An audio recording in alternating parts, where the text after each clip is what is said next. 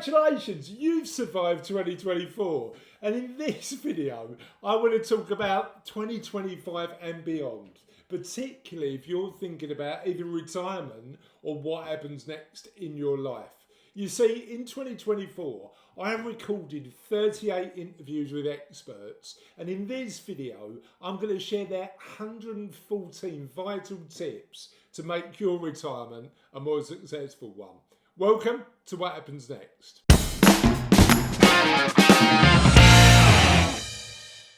Well, is it too early to say Happy New Year? It's probably too early to say Happy New Year. Welcome to What Happens Next, the channel designed to help you think about the next chapter of your lives. We're on a mission of What Happens Next to make sure that when we're helping people plan for their ideal retirement, we're thinking about retirement or the next chapter of our lives in a bit more of a nuanced way.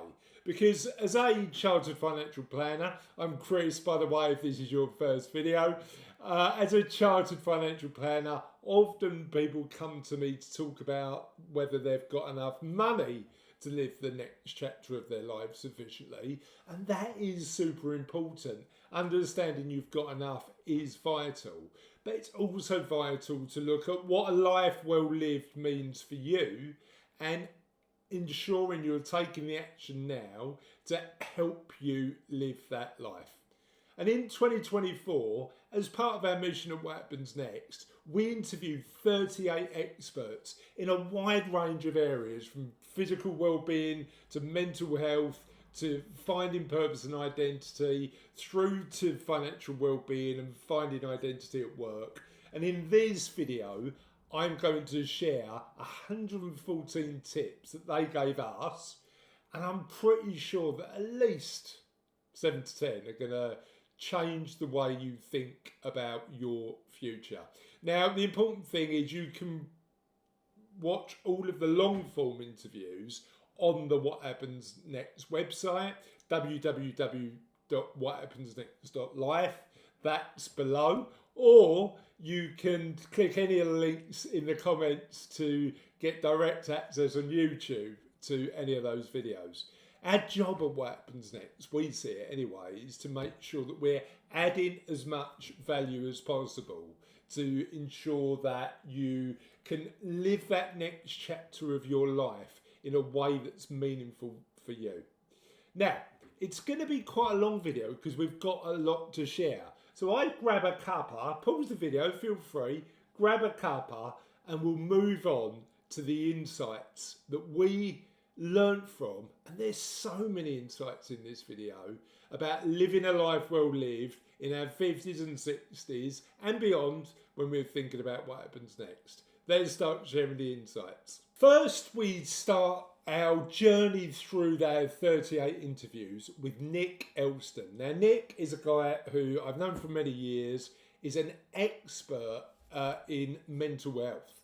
Nick's been through his own personal journey with mental health, and through those insights, he talks to people in large organisations and small about the factors they should consider when they're thinking about their own mental health.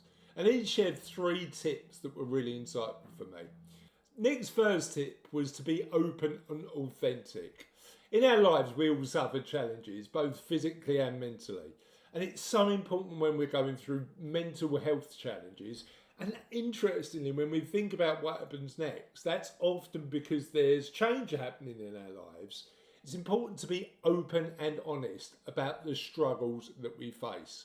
Sharing our own vulnerability allows us to do one thing: put our hands up and ask for help. But often, if we're not open and authentic about the challenges we face, we're never going to ask for help in that first place. So I'm really on for Nick's first tip: being more open, authentic and honest about our own mental health. Second tip Nick shared was the importance of reframing adversity.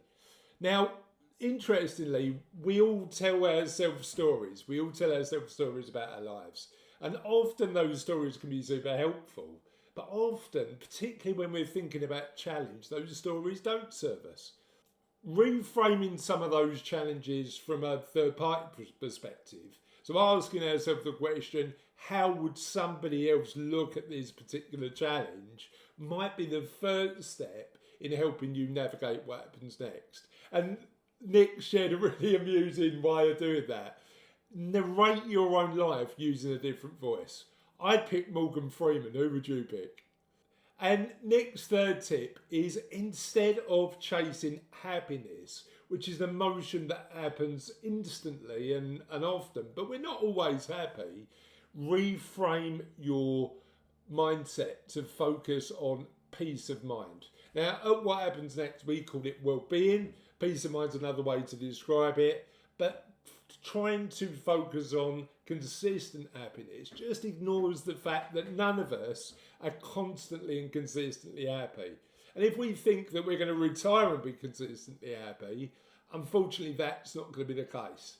But thinking about balance, thinking about reframing our retirement into improving our overall well-being, including our mental health, allowing good times to come and managing the bad more effectively is a better way of looking at your future than just aspiring to be impossibly happy. Next, we interviewed the brilliant Martha Lawton. Now, Martha has worked helping people understand their relationship with money for years. And Martha shared 3 really practical and useful tips that you can use today to make sure that when you're planning and preparing for what happens next, you're thinking about the money side in a slightly different light. The first tip Martha shared was the benefits of open and honest communication. When I look at my own financial plan, it's not my financial plan. It's actually me and Cassie and my family's financial plan. And having open and honest conversations about money is the starting point to understand whether we're all on the same page. Now, Cassie's got a different perception to money to me. The way she looks at money and spending and saving and all of that sort of stuff is different. But Martha made the point in our interview that creating a non-judgmental space where we can have a open and honest, Cassie and I and you and your partner can have a non-judgmental conversation about money is really important. Martha also suggests that we need to understand the role of money in our relationships. Reflecting on what money means to us, the story we tell ourselves about money, and whether our current habits align with our longer term goals, both individually and as a couple, are fundamentally important. And then the third thing is, many successful individuals, in Martha's experience, don't look at their finances in a lot of depth. And part of that might be because of the fear of being found out. The reality is, through life, I think, throughout everything, we're all working it out, in part, as we go along. And the important thing is progress, not perfection. That's the same with money. Getting clear where you are, not avoiding the financial questions you need to ask yourself, but highlighting where you need to look at, particularly if you're coming up to a point of transition in your life, is super important. My interview with Pradip was different because Pradip is an expert in helping people work out what happens next in their lives as they approach retirement. And Pradip's 3 tips are born from Pradip's own practical experience of being an accountant for many years and then finding himself in his next chapter of his life, but really practical in terms of what you can do. Firstly, Pradip suggests that you look at who you know, you look at your network and look at what you can learn from that network for individual growth. Now that might be in a job or career which is involving your next chapter of your life, but learning from the experiences of your network, but also reaching out to your network and asking for help in that next chapter is a really useful thing to do. Pradip also recommends that we look at some of the challenges we face in retirement or whatever happens next in our lives in a different way. Interestingly, as the world moves and evolves faster, looking at our entrenched views and challenging those views to see what else might be beneficial or useful might be a good step as we're walking through this change. And I know that as we're recording this, I look at my own profession and career and look at things like AI and the changing pace of technology and the changing picture of the workforce and how our business is going to survive and thrive in the future. And I know that I'm going to have to adapt and change over the next few years to do that. I wonder whether you look at the challenges you face in the same light. Thirdly, Pradip recommends embracing continuous learning. We're all on this lifelong journey of growth and learning and development if we want to. And Pradip recommends that the best things he's seen people who have successfully gone on to What Happens Next do is continue that learning journey for as long as possible. Next, we had the brilliant Peter Hyson and Hilary Rowland. And Peter and Hilary have helped hundreds of people through their retreats and one-to-one coaching, helping people navigate that next chapter of their life.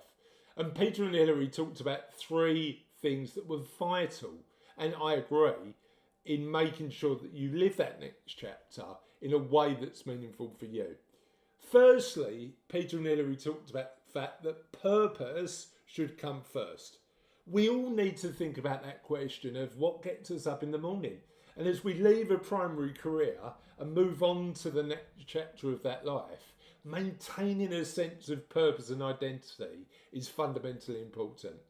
I think one of the most dangerous things you can do when you're thinking about retirement is losing that element of purpose. And before you retire, working out what can still get you up in the morning every day so that you can feel motivated and driven to achieve is fundamentally important. Peter and Hilary's next point was really interesting because they talked about the power of collaboration. In this next chapter of your life, who are you going to be spending time with on projects you care about where you can work together? Now that might not be paid work, that might be community work or charity work, but collaborating, spending time with people you love and like is really important. And when I think about it from a What Happens Next concept and the model we use, collaboration, working with people, fills a number of buckets. If you're doing work in the community, it fills that community bucket. If you're doing paid work and adding value via a product or service, it will fill that intellectual and occupational well-being bucket. But the most important one is that social bucket. Spending time with people we love and like is always good for us. And actually, we know that how bad it is for us not to spend time with people we love and like. And I think Hilary and Peter's next point is one that I need to learn from, and that's spend time to reflect. I did a video a few weeks back about the importance of journaling in my life, a habit that I wish I was better at the moment, to be honest. I need to get back to that. But journaling so that you can think about what you truly want in your life, but being whatever reflective looks like for you. That might be journaling, that might be coaching, that might be working with somebody to help you reflect on your own life and reflect about what you want to achieve in the future is fundamentally important.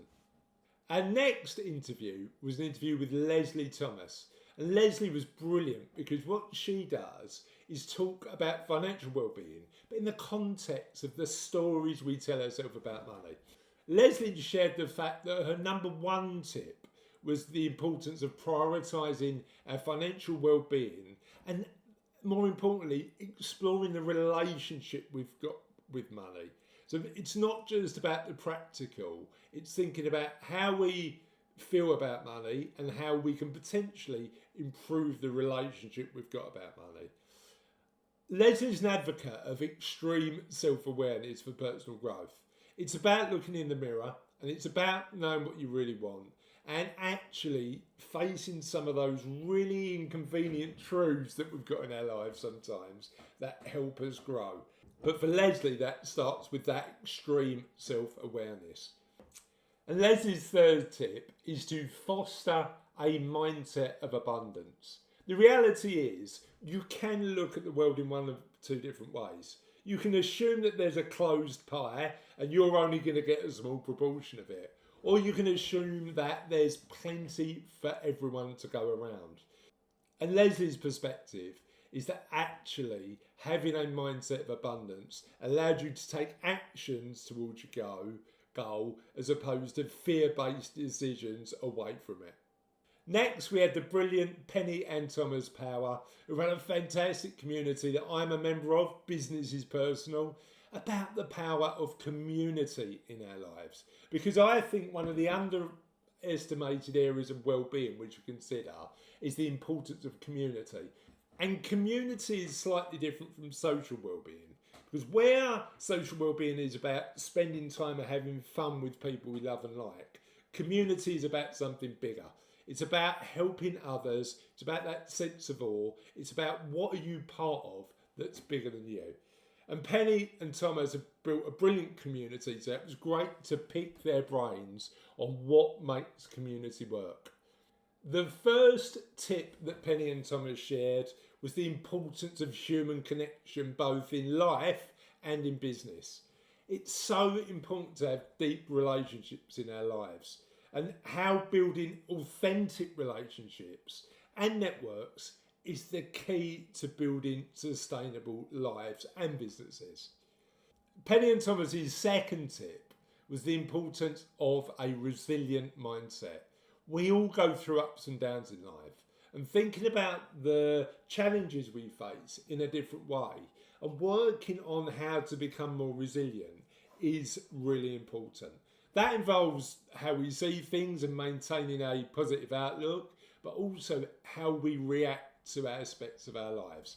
And typically when we're thinking about what happens next, we're going through a period of change that we've never gone through before. There will be periods of time through retirement or whatever happens next that are going to be challenging. And being resilient to that change and going through the process, I believe, is really important. And I'm really glad Penny and Thomas made that tip. The third really important point is embrace collaboration over competition. I've spoke about this and what happens next before. It doesn't actually matter what your neighbour's doing who retired 6 months ago. The retirement or whatever happens next in your life isn't a competition. But potentially there's stuff that we can learn from people who have gone before us. So working with the people we know have shared those experiences, learn from those experiences, is really important to success, regardless of whatever that next chapter of your life is going to be. And if you're planning to retire and to stop work permanently, think about having conversations with people who have done that. And look at it not as a competition, but how you can learn from their experience. If you're going back to work, what can you learn from people who have done that, retire and return? And how can you make sure you get that right? Next, we had the amazing Ruth Hughes, positive psychologist, who shared really great tips on navigating change in our lives and making sure we're ready for whatever happens next. And number one is the importance of empathy and communication. When we're thinking about our lives and the next chapter of our lives, it's important to make sure that we understand that not everybody is going to be on the same page as us.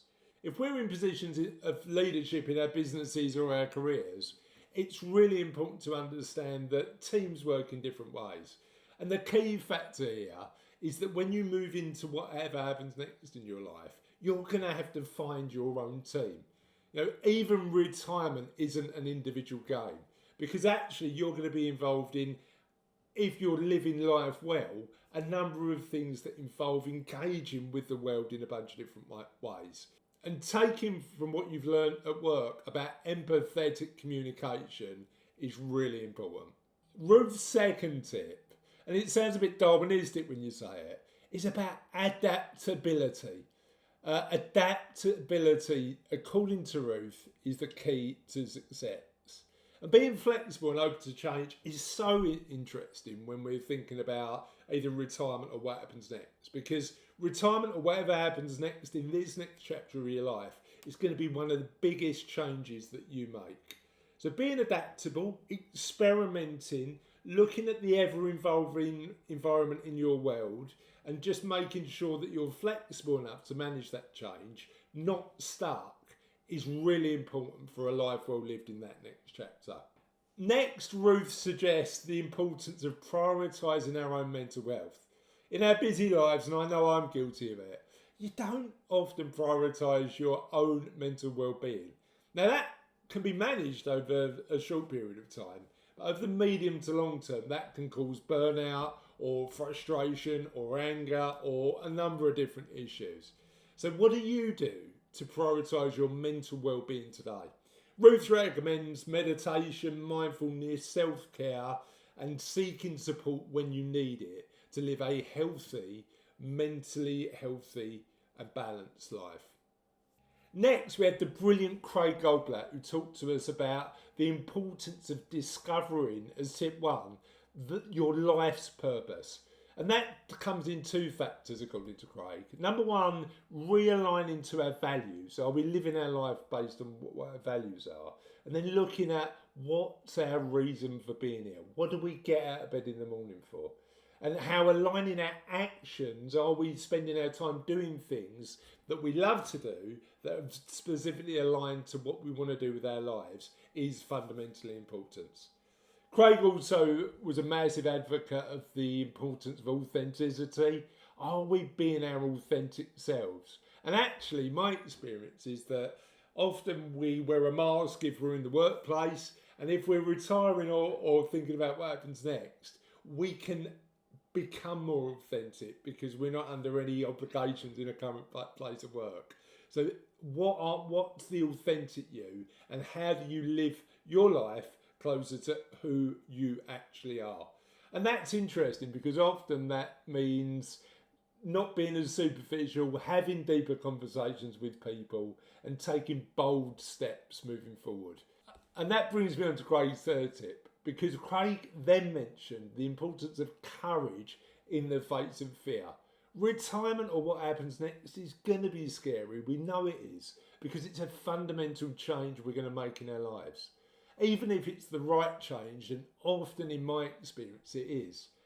However, even though it's uncertain, taking that step, if you feel it's right for you, knowing that it's going to be a challenge, but being courageous enough to take that step is always important. Next, we had the brilliant Peter Grundy, who helps people in the workplace across the world work out what good work looks like for them. But his tips actually apply to us if we're looking for better work in our lives, but also apply it to reframing retirement in a different way. So I want to share them with you today. Peter's first tip was to simplify complex ideas. And the idea of leaving our primary occupation, if we've done it for 30 to 40 years, and moving into this new chapter can be really intimidating. And Peter recommends taking that complex idea of what do I do with the next 30 to 40 years of our lives, and breaking it down into simple steps. What do I do tomorrow, and how do I make sure that's the life I want to live, is probably a way to do it. Effectively, we all are communicators in our lives, and thinking about the big picture, but talking about what we can do practically tomorrow is the key, not only to think about our future, but also to think about the work we might want to do moving forward. Tips 2 and 3 from Peter are really similar. Firstly, we need to leverage visual storytelling. Think about our own lives as a story and paint the picture of what our stories in the future might want to look like. If you were looking back 30 years and telling the story of your own life, what would it look like? What would be the ideal? And how do you build it now, incrementally, with simple steps to get there? And then Peter's third tip is use creativity. Using unconventional approaches and thinking, if you're in corporate speak, outside the box is fundamentally important. I love the question, which is, if you could do whatever you want with your time, you had enough money to do whatever you want with your time, and you knew no one would laugh, what would you do? Because that takes you out of the box of doing stuff for the money, but also doing the stuff based on other people's expectations. I'd love in the comments to know what your answer to that particular question is. If you knew you'd never have any money again and you knew nobody would laugh, how would you spend your time? I'd love to know the answer to that. On that note though, let me ask a favour, because hopefully we've been sharing some really useful insights, and I think it's time to take a little break and ask you to support our mission at What Happens Next. What we're aiming to do at What Happens Next is help people have more nuanced perspectives on what happens next in their life, be that retirement or just their next chapter. And what we're trying to do is invite guests on that can share insight, many of the insights we've shared today, talk about retirement and what happens next in a different sort of perspective, not only focusing on the money, but also the time and what you want to do with your life. And we'd love your help to do it. Now, there's some really easy, free, no-cost ways you can do that. Firstly, you can like this video and subscribe to the channel. I'd recommend you do that.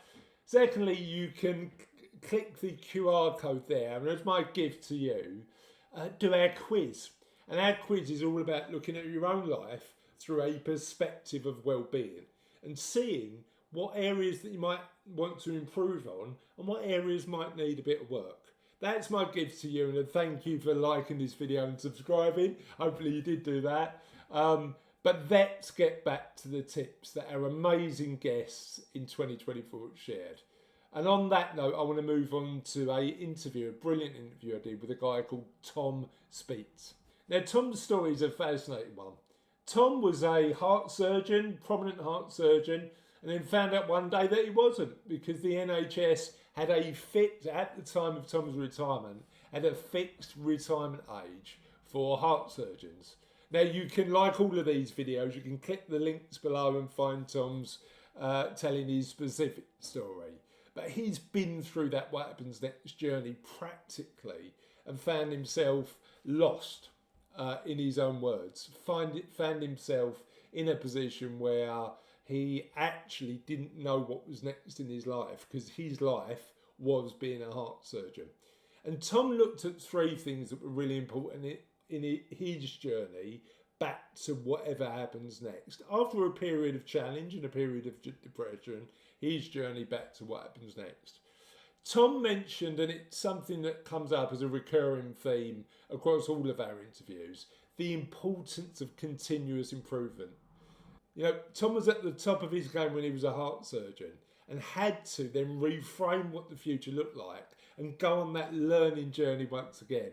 And Tom's recommendation was every day being a school day, and as humans, the fact that we're on a continuous improvement journey for the remainder of our lives. Again, a recurring theme on What Happens Next this year has been the importance of collaboration. No man is an island, and Tom suggested getting together with people you like and trust to help people you want to help, or if you're retired, thinking about what you can do in the community with the help of others. That's a really important thing to do. And Tom's third tip was to balance risk and reward. While it's important to think about our lives in terms of the risks that we want to take when we're thinking about what happens next, think about the rewards. And I'd suggest not only thinking about the financial rewards, but what we're going to learn as humans going through that journey. Next, we had the brilliant Chris Budd, who is a financial wellbeing expert. In actual fact, he wrote the book on financial wellbeing, and his tips were really, really useful. His first tip was focus on financial well-being, not just financial accumulation. We can continue to build and accumulate wealth, but at some point in our lives, we've got to decide what the money's for. And Chris's recommendation is to look at how much is enough in our lives and align our financial decisions with what's important to us, our personal values and life goals. That leads, in Chris's opinion, to greater satisfaction and peace of mind. Chris's second tip, and I'm a real advocate for this, is plan for the life, not just for the money. Effectively, money is a tool to help us live the lives they want, not a means and end in itself. So working out the lives we want to lead first, and the money we've got, particularly if we're at that crossroads, that transitional point in our lives, is super important. The third tip Chris recommends is value relationships over transactions. And building both strong personal and professional relationships is really important. Now, that could be in a state of flux as you move into whatever happens next in your life. But seriously considering who your friends are, who your family are, what you do in the community, and what role work plays in your life, and what connections you need to have in that what happens next phase is going to be fundamentally important. Next, we had the brilliant Darryl Bates-Brownsword, and Darryl's strength is in helping businesses get ready for sale. Interestingly, in your journey, there might be a business sale in play as you get to a point where you're thinking about retirement or what happens next. And Darryl's interview, I'd suggest, is a must watch to help you plan and prepare well for that transition. Darryl mentioned 3 tips. Firstly, build a strong foundation in personal and organisational values. He explains how those values serve as a guiding framework for decision making, but also make sure that everybody knows the sort of business and individual they're working with, be it clients, employees or professional partners. The next thing Darryl recommends, and I think this is underrated in every aspect of our lives, is how to innovate through curiosity. I love interviewing people for the What Happens Next podcast because I get to ask loads of questions. And I think my learning journey, and my journey as a human and a financial planner and somebody who runs a business, has always been better through the ability to ask good questions. So I'd love to hear in the comments the questions you like to ask the most and what you've learnt through being curious along your life. And then Darryl's third point when we're building a business, the importance of empowering people to be leaders in that business. Often we see quite a lot that business owners, particularly small and medium-sized business owners, are too in their business. And actually they're too afraid to step away and let their teams run the business for them. Darryl recommends that you look at your business and make sure that you're moving away from the day-to-day operations of the business to ensure that the business can run smoothly without you. Once it's there, it's probably going to be worth a lot more than if you were in the business day-to-day. The next interview we did was with the amazing George Kinder.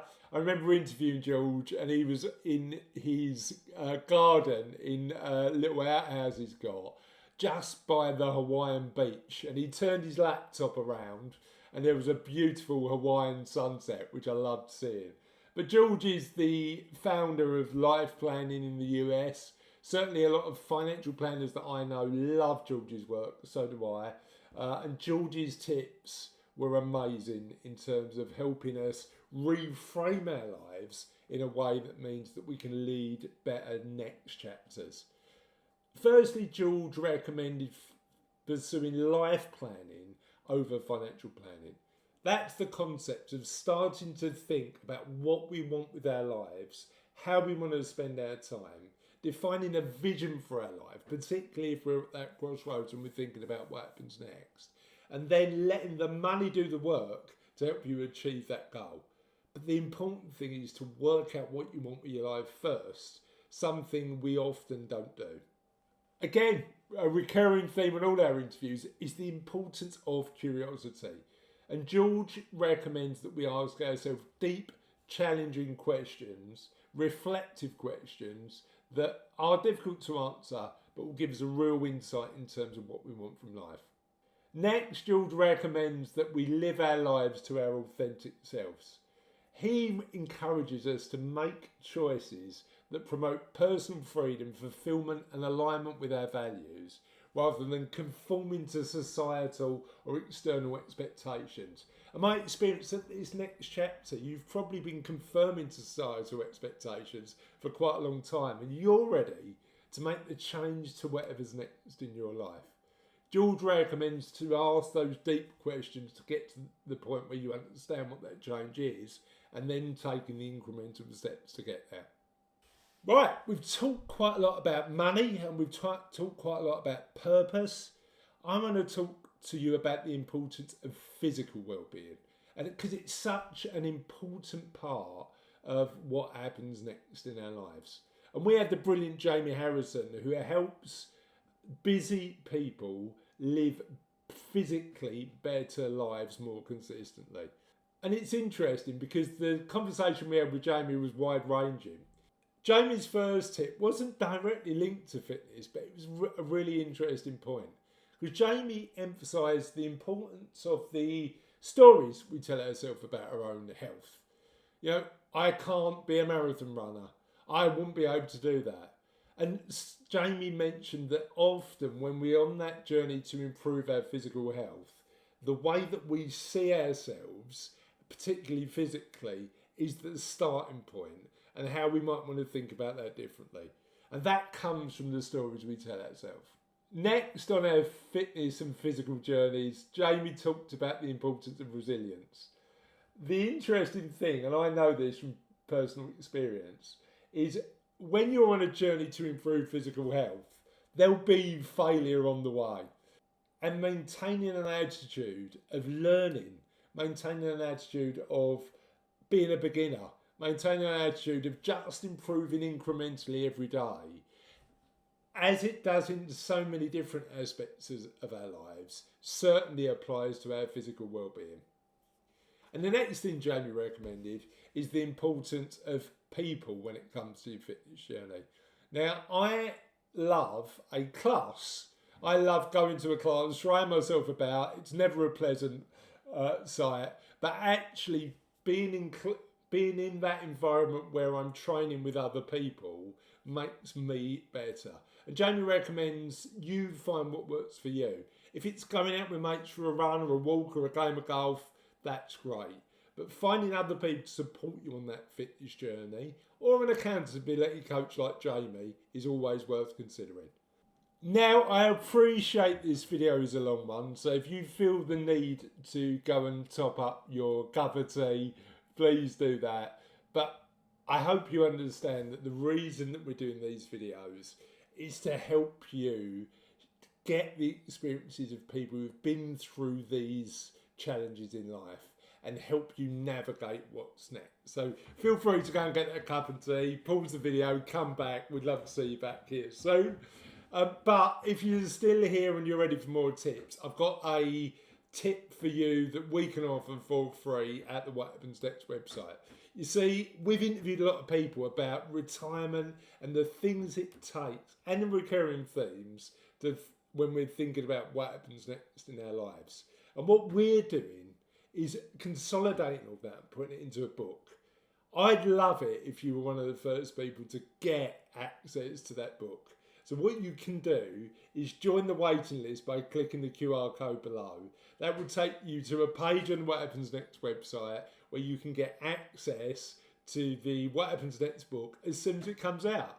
We'd love for you to be part of the What Happens Next community, and the first step is to join the waiting list on the book for free.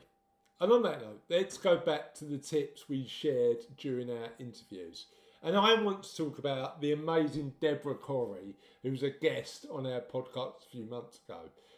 Now, Debra has worked around the world in HR roles and understands what a good workplace works. So if work is part of our What Happens Next or retirement next step, we want to listen to what Debra talks about in terms of happiness in the workplace and why it's so important.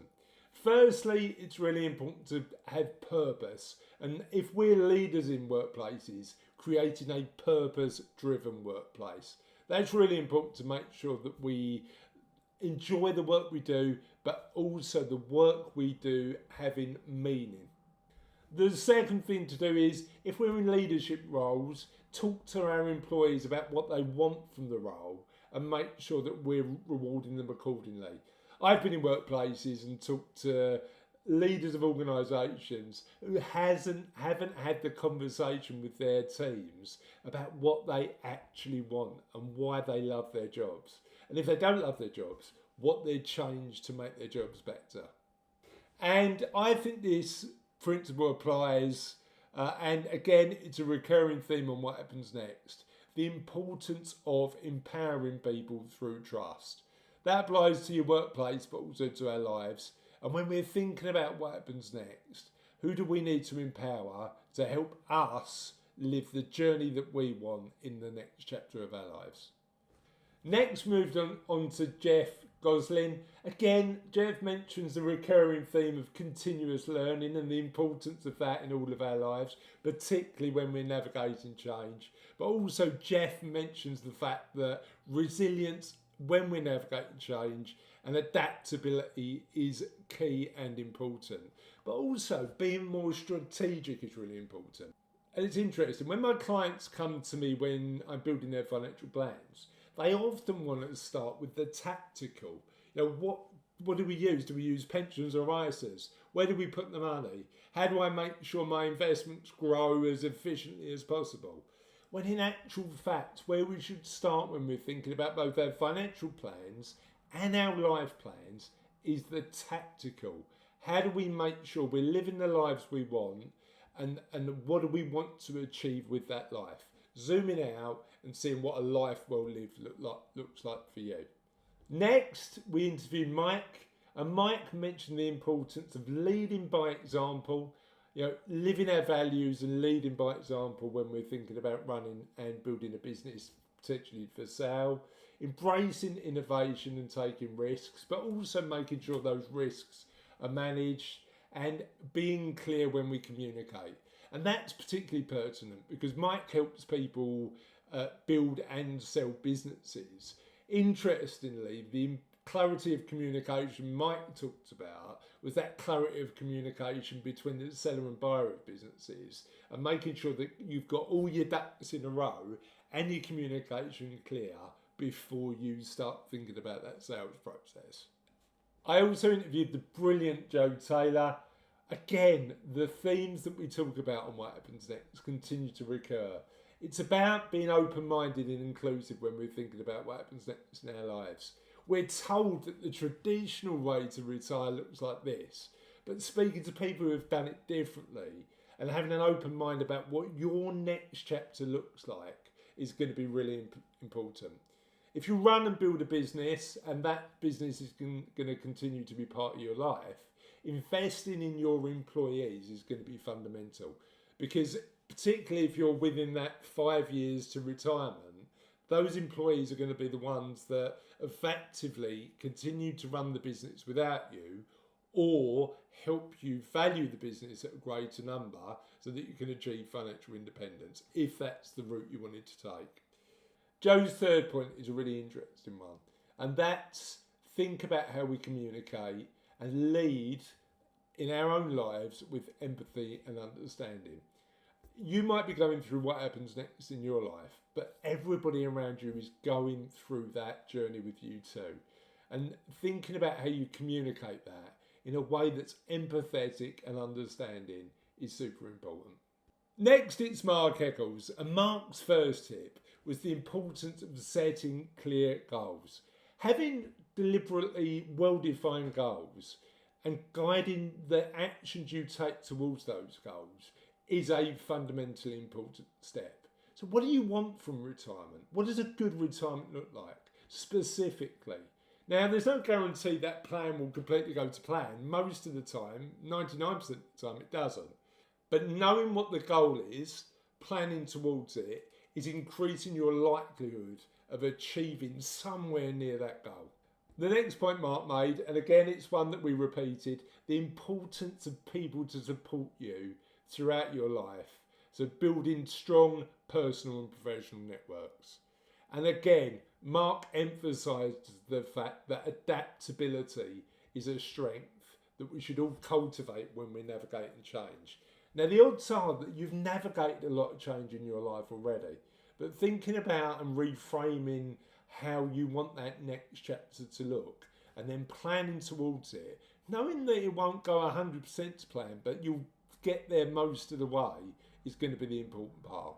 Again, Ruth is someone who is living her what happens next at the moment, and I was really interested in getting Ruth's insights because Ruth was a brilliant chartered financial planner. She sold her really successful business a few years ago, and she's living what happens next in earnest, learning, making mistakes on the way. I'm sure Ruth will tell you that. She writes about it in her brilliant blog, 1000 Weeks. I'd recommend you check that out. We'll put a link in the comments. But Ruth shared 3 really important tips. Firstly, aligning our financial decisions with what we want in life. So what do we spend money on to make us happy? Second, getting financially literate. It's vital at this period of our lives that we don't ignore the role that money plays in our lives. And understanding, either on our own or with some help, the role money plays and how it's going to make sure that we can live the life we want for the next 30 to 40 years is really, really important. And thirdly, the importance of having open and honest conversations about money and the role it plays in your life. Be that with your partner, but also the professionals you choose to work with. I know as a chartered financial planner, the work we do with our clients is always made better when we can have more open and honest conversations with clients about what they actually want to achieve, so that we can nuance their plan and make sure it suits their life. Then we had Ben Price, who spoke a lot about fitness.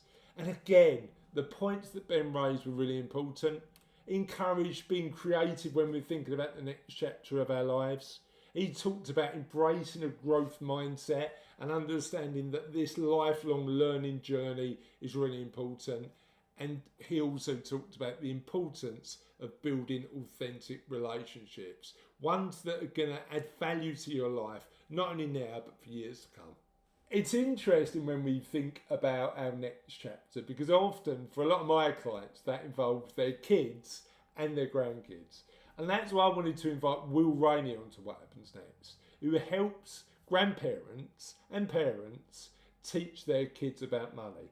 And he recommended 3 things when we're thinking about our relationship with our kids and grandkids.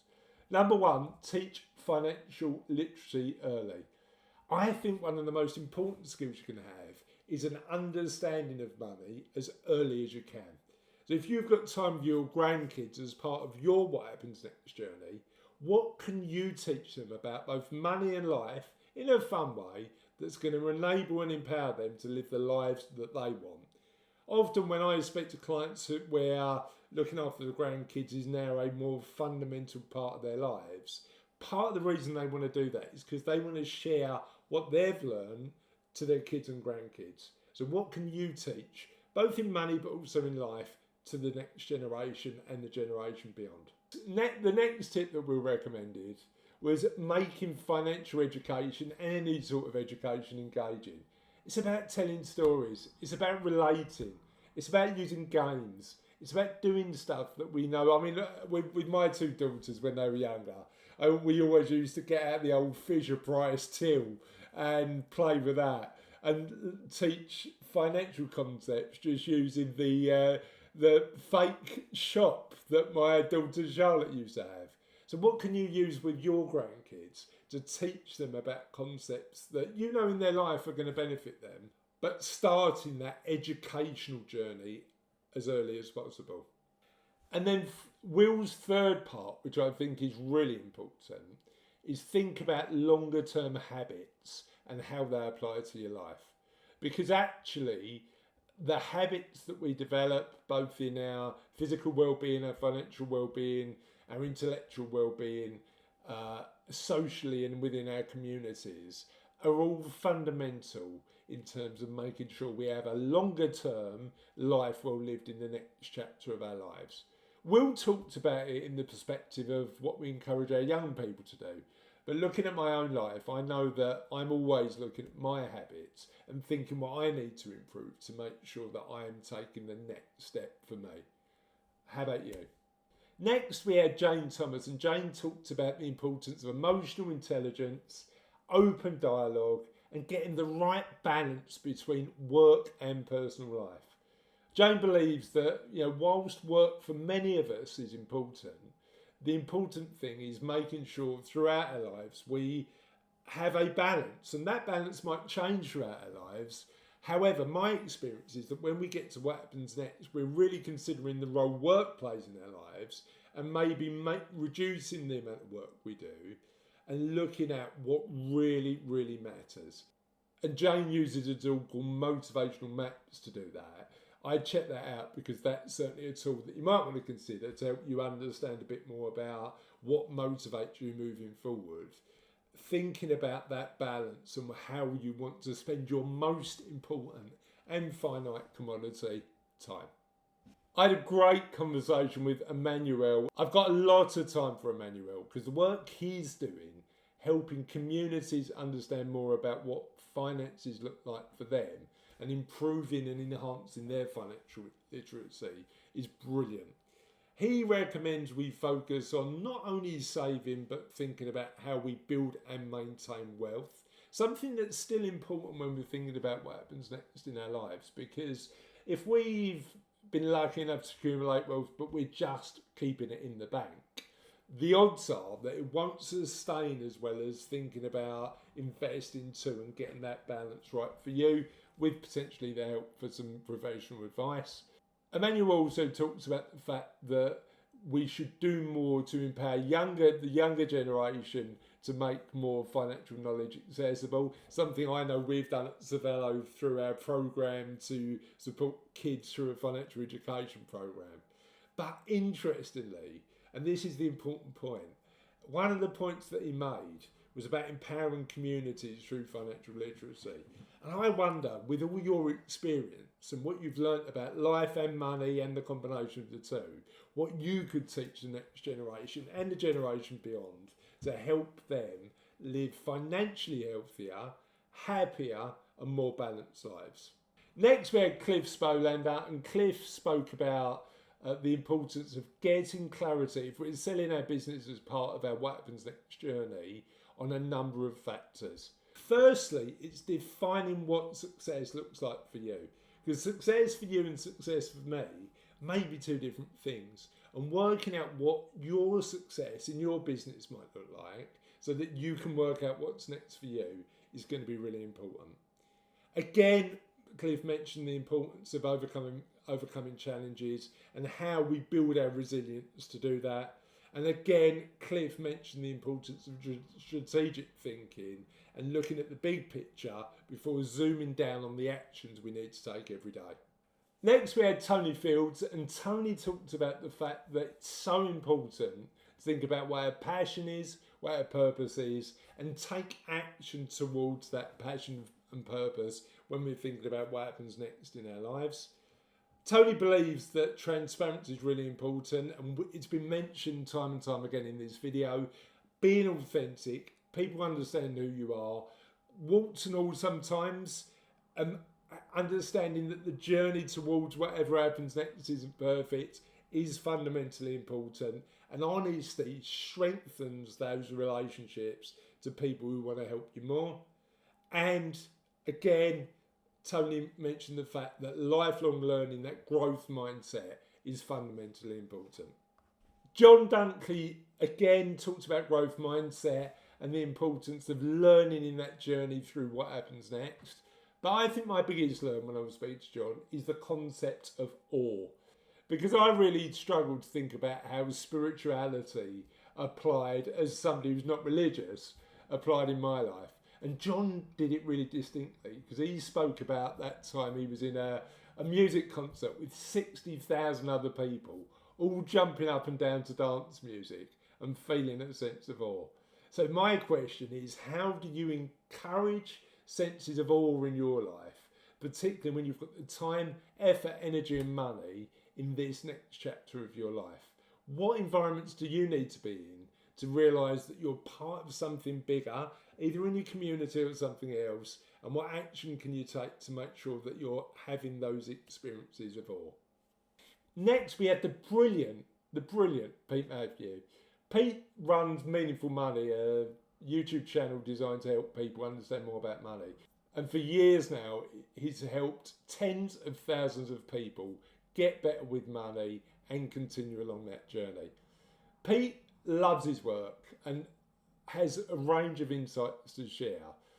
Interestingly, we talked a lot about the importance of, when it comes to financial independence, consistent financial habits. One of those habits I suggest is working out what your number is.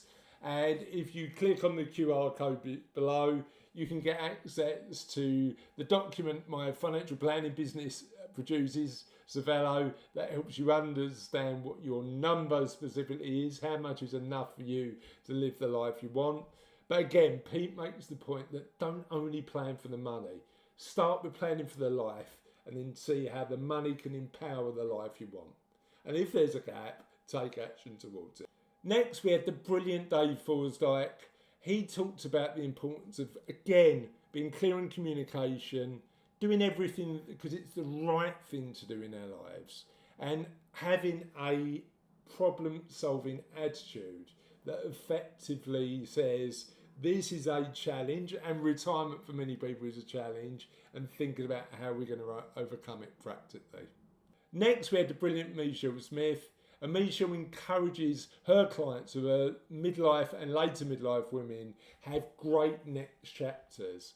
And there's a number of factors that Michelle discussed during her interview. She talked about the importance of having emotional connections, particularly when she makes financial decisions, but also understanding the stories we tell ourselves, which typically come from our mums and dads, and reframing those stories so they serve us today. And Michelle, like me, is a fan of getting the right people, getting the right experts together to support you to have the next step with whatever happens next in your life in the right way. Interestingly, I'm not going to be the expert for everything what happens next in your life.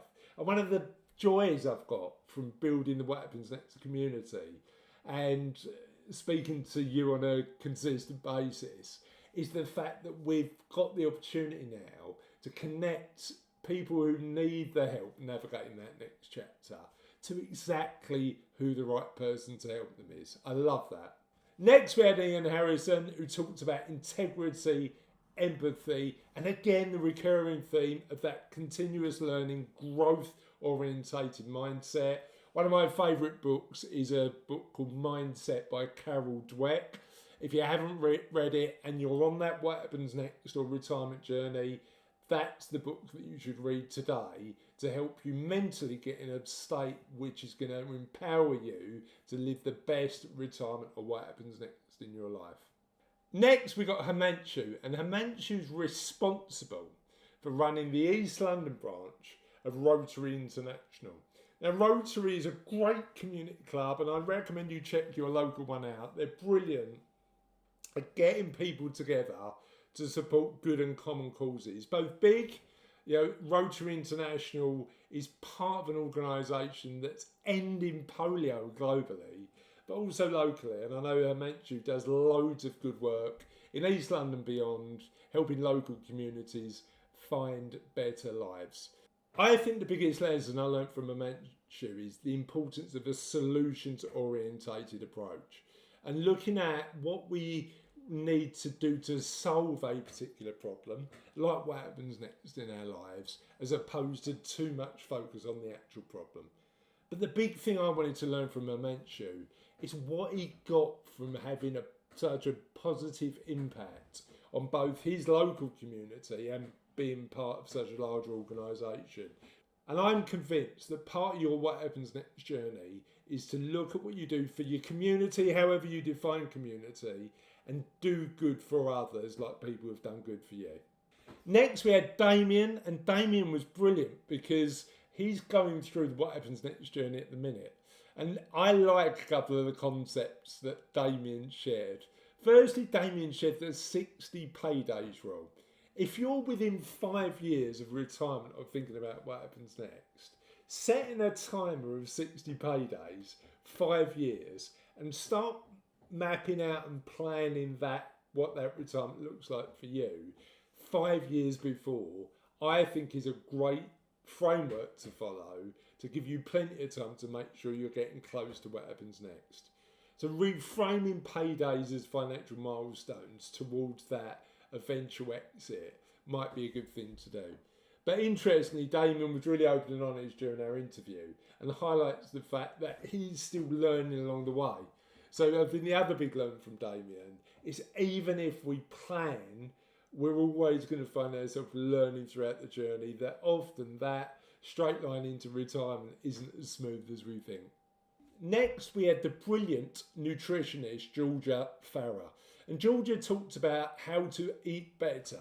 One of the component points of what happens next is making sure that we maintain a high level of physical well-being. Now, exercise is one point, and we've had Ben and Jamie talk about that. I wanted somebody who could talk about how to eat better. We've got brilliant guests coming in 2025 to talk about sleep, by the way, so keep an eye out for that. But in Georgia's interview, she highlights the importance of nutrient-dense foods into our daily life, rich in vitamins and minerals, avoiding ultra-processed foods, but doing it in a way that we can sustain. So diets that mean that we're overindulging in a particular food, but not in a particularly sustainable way, isn't, in George's opinion, the way to have better nutrition. Working out what works for us consistently and then sticking to that is key. And the starting point to that is be mindful about what we eat. Think about what we eat, plan better, and therefore live happier, healthier lives through eating better. Judith was a great interview. Judith Quinn was a great interview. And certainly she talks a lot about voice and the importance of how we use our voice to convey confidence and authenticity. But I love the fact that she highlighted something that in none of our other interviews, nobody had highlighted. And that's the importance of breathing to reduce stress. Now, I meditate on a relatively regular basis. I do it 10 minutes in the morning. It keeps me calm and sets me up for the day. And as you're navigating this change to whatever happens next in your life, I'd recommend you consider having a breathing practice in the morning to set you up for that change in the day. Next, we had Sharon Eden, who wrote a brilliant book that I'm reading at the minute, and it's on my desk, Rediscovered. I recommend you check it out. Sharon recommends embracing your authentic self. I think we've got a great opportunity when we're thinking about what happens next to embrace who we actually want to be, whatever that means to you, to lean into who we want to be and remove all of those societal expectations so we can live the life we actually want. And finally, we had the brilliant Vicky Woosh. And Vicky helps people become financially free through property. She talked about the fact that we need to plan proactively to achieve financial freedom. I agree, financial freedom doesn't happen by accident. It takes action, small incremental actions delivered consistently to get you there. So that was 114 tips from 38 interviews we recorded in 2024. I hope some of you are still here and you benefited from all those tips. But the other thing to talk about is we've got really ambitious plans for what happens next in 2025. Our mission, as we've said, is to help more people on that journey towards either retirement or whatever happens next in their lives. If you've got to the end of this video, firstly, congratulations. I should be sending you this champagne I've got below my desk. But please like this video and subscribe to the channel and check out the content. All of the videos we talked about are all over this channel, so you'll be able to find them and do a deep dive with any of the guests we've had at any point. But one thing I do want to talk about is our most popular video of 2024, which surprised us. Because our most popular video of 2024 wasn't about money, it wasn't about work, it wasn't about community, it was about friendship. And in this video, which is our most popular video of 2024, I want to talk about the elephant in the room when it comes to friendship and why friendship is so important when you're thinking about retirement or what happens next. Please click that video now. Have a lovely day, and we'll see you next time on What Happens Next.